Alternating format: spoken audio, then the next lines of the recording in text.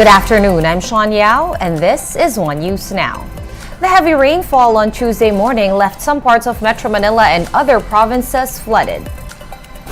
Residents of Barangay Caruhatan, Valenzuela City were greeted by floodwaters this morning. One netizen said the heavy downpour started at around 5 a.m. Same situation in Barangay Marulas, where residents experienced knee-deep floodwaters brought by the heavy rainfall. In Polomok, South Cotabato, motorists are advised to slow down when driving. This as the road from Cannery to Lamcaliaf was damaged from the downpour. Pag-asa said that two weather systems are causing heavy rains and flash floods in some parts of Luzon. Batanes and the Babuyan Islands will experience moderate with at times heavy rains. Scattered rain showers and thunderstorms are expected to prevail over the Ilocos region, Cagayan, Apayao, Zambales, and Bataan. Meanwhile, Metro Manila and the rest of the country will be experiencing isolated rains. In line with that, the Civil Aviation Authority of the Philippines, or CAAP, has assured that there will be no flight cancellations when the Philippine airspace shuts down on Wednesday. Cebu Pacific says that flight schedules will proceed as usual and there will be no adjustments. For its part, Philippine Airlines says that flights from Manila during the shutdown period will only use one of the two NAIA runways. On the other hand, AirAsia has canceled 6 domestic flights: Manila to Davao, Cebu, and Bacolod. CAAP will be closing down the country's airspace from 2 to 4 a.m. or 2 to 4 in the morning tomorrow. This is to give way for the replacement of the UPS, or uninterruptible power supply, of the air traffic management system. Recall that this caused the New Year's Day shutdown that affected thousands of passengers. In other news, President Bongbong Marcos has approved the importation of up to 150,000 metric tons of sugar. This is after the recommendation of the SRA, or Sugar Regulatory Administration, to stabilize the price and boost the country's stock of the basic commodity. The SRA also noted the additional importation is needed to cover this year's demand. The president said the importation is open to all traders. For its part, Agriculture Group SINAG welcomes the approval of the additional imports, noting that it will not cause oversupply. Yearly kasi may volume tayo tinitingnan na pinapasok, no? Kagaya ng last year, it reached mga nakita natin mga 650,000 metric tons. No? So itong pagpasok ito is para hindi magkaroon ng supply gap, no? And pag-umpisa na naman ng ani natin ng November, December, may stock tayo na hawak. Time to take a quick break. One News Now will be back with more stories after that. Stay with us.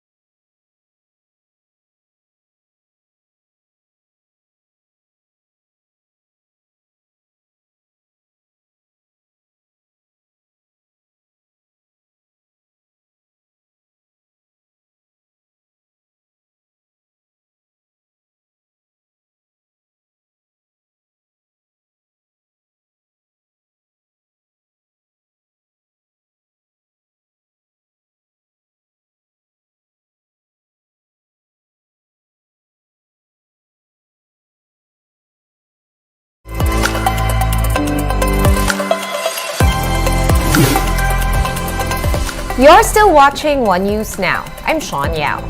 A Philippine delegation is now headed to Kuwait for discussions on the suspension of the issuance of new entry visas for Filipinos. The team includes 2 representatives from the Foreign Affairs Department and 4 officials from the Department of Migrant Workers. DFA Undersecretary Eduardo De Vega said they will clarify the rationale behind Kuwait's move. Last week, the Middle Eastern country imposed an entry ban, reportedly due to the Philippines' violation of a 2018 labor deal, which the DFA has since refuted. This comes months after the Philippines banned the deployment of domestic workers to Kuwait after the death of Julie B. Raniera. And economic managers have expressed concern over ballooning funds allocated for pensions of retired military and other uniformed personnel, or MUPs. Latest GSIS data show that unfunded liabilities for the current pension system for MUPs has hit 9.6 trillion pesos.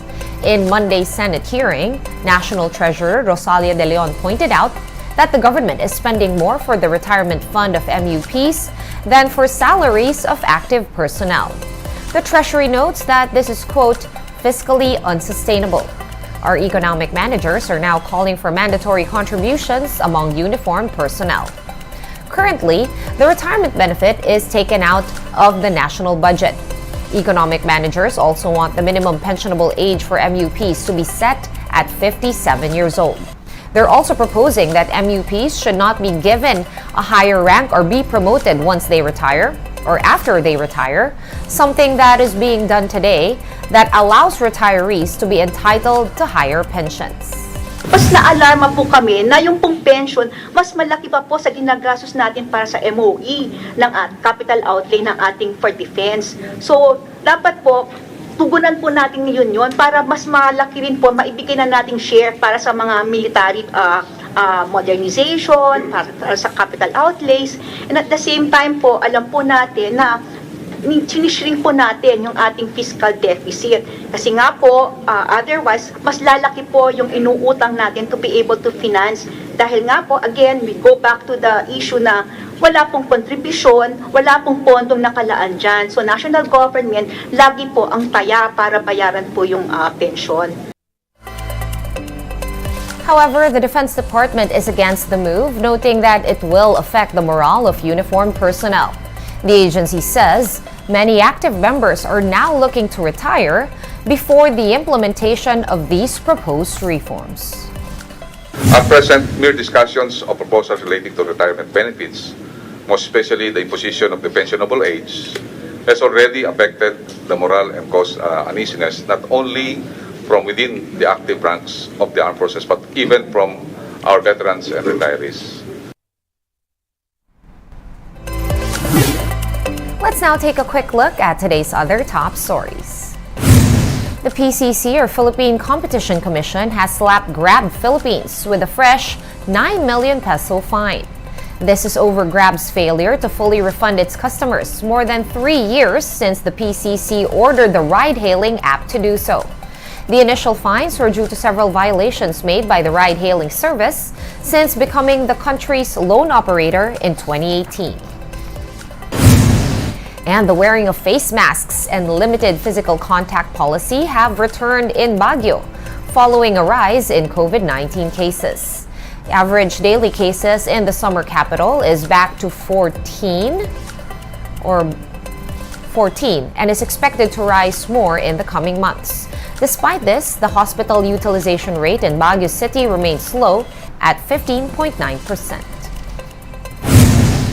GCash reports that the suspicious cash transfers experienced by some users last week were caused by phishing and not hacking. GCash says it was done outside the app after users shared their information with suspicious websites. The e-wallet has since corrected the balances of more than 1,400 affected users.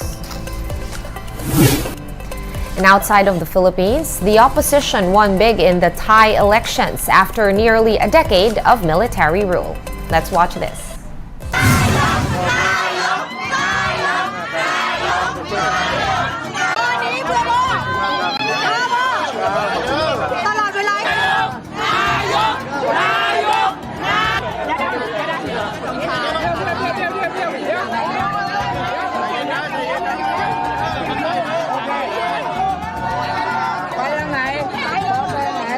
กูจะมึงหรือมึงจะกูเนี่ย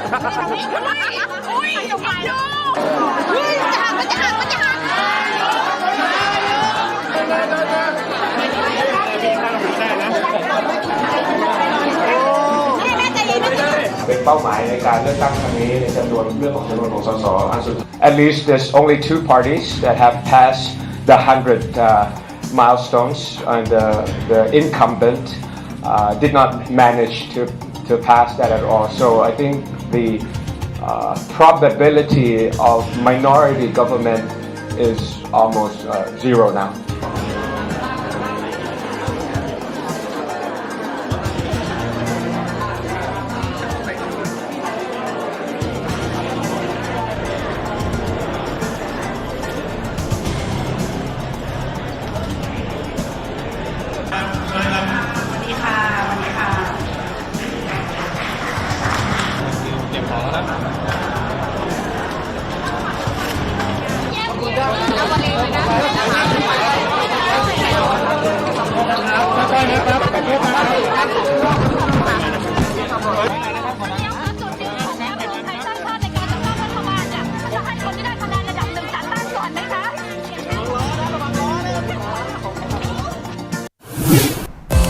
One News now will be back at 3 p.m. I'm Sean Yao. We are One News.